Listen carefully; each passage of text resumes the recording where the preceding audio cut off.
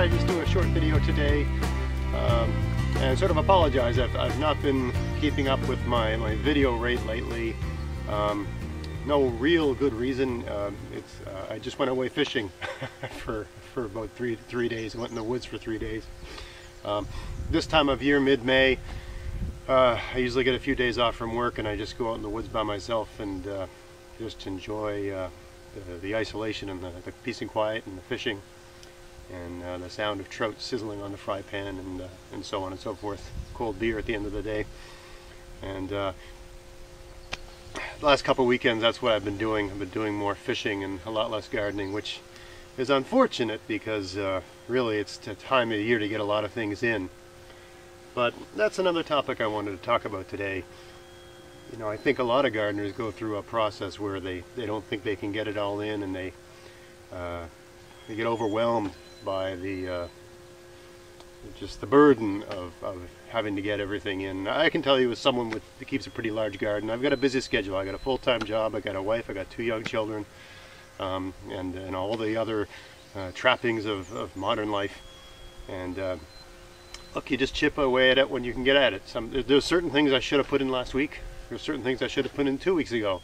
I didn't get around to it. I'm going to try to do it today. The black flies are a bit of a problem today. They're really bothersome, but I'll run out here and work at it for 30 minutes or so, and then when I've had enough, I'll go back in the house and sip an iced tea or something.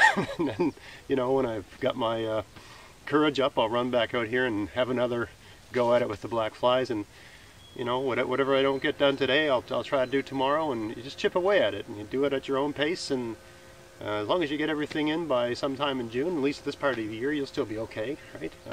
You just won't get things quite as soon, but that's not, I still got plenty of things in, right? I've got kale almost ready, not ready to harvest, but it's going to be ready to harvest soon.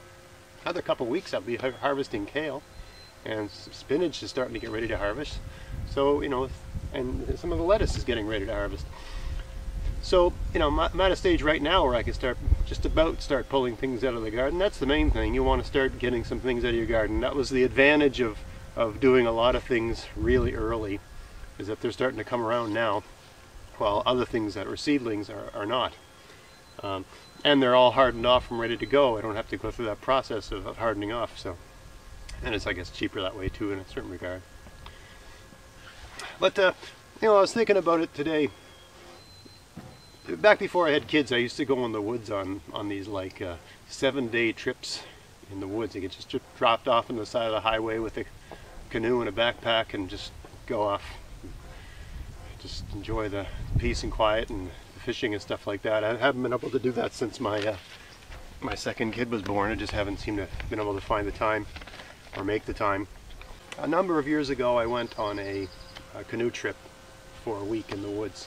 And I brought along a book to read while I was there. In fact, the canoe got tipped and the book got soaked, and I had to dry the book out while I was reading it. Anyway, the book was called The Tent Dwellers, and it was written by an author named Bigelow Paine around the turn of the century, early 1900s. And he had taken a trip, a 3-week trip in the wilderness in Nova Scotia. I think he was from New York or someplace like this. He's from the United States somewhere, and he was a sort of urban gentleman. He was not an outdoors person. And he writes the book is written about the whole process, when he's back in his home buying the equipment and learning what he needs to bring in and arriving in Nova Scotia and that sort of thing. And Nova Scotia was a very different province back then. It was extremely wild. There still is a lot of wildland, a lot of what they call crown land here.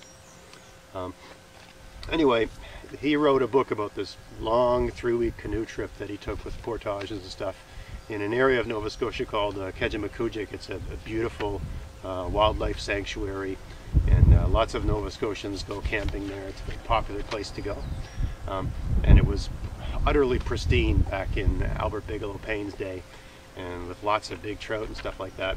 And he goes on this trip with these 2 guides and a friend of his, and he just writes this beautiful book about learning to appreciate being out in the wild, learning to appreciate just the natural beauty of nature and the simplicity of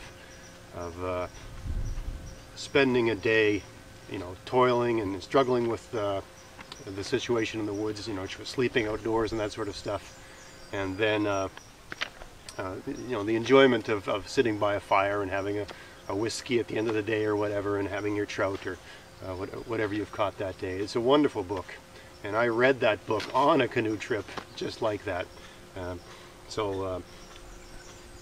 At the very end of the book, he sums up his experience of why he enjoyed being out in the wild so much and what it did for him.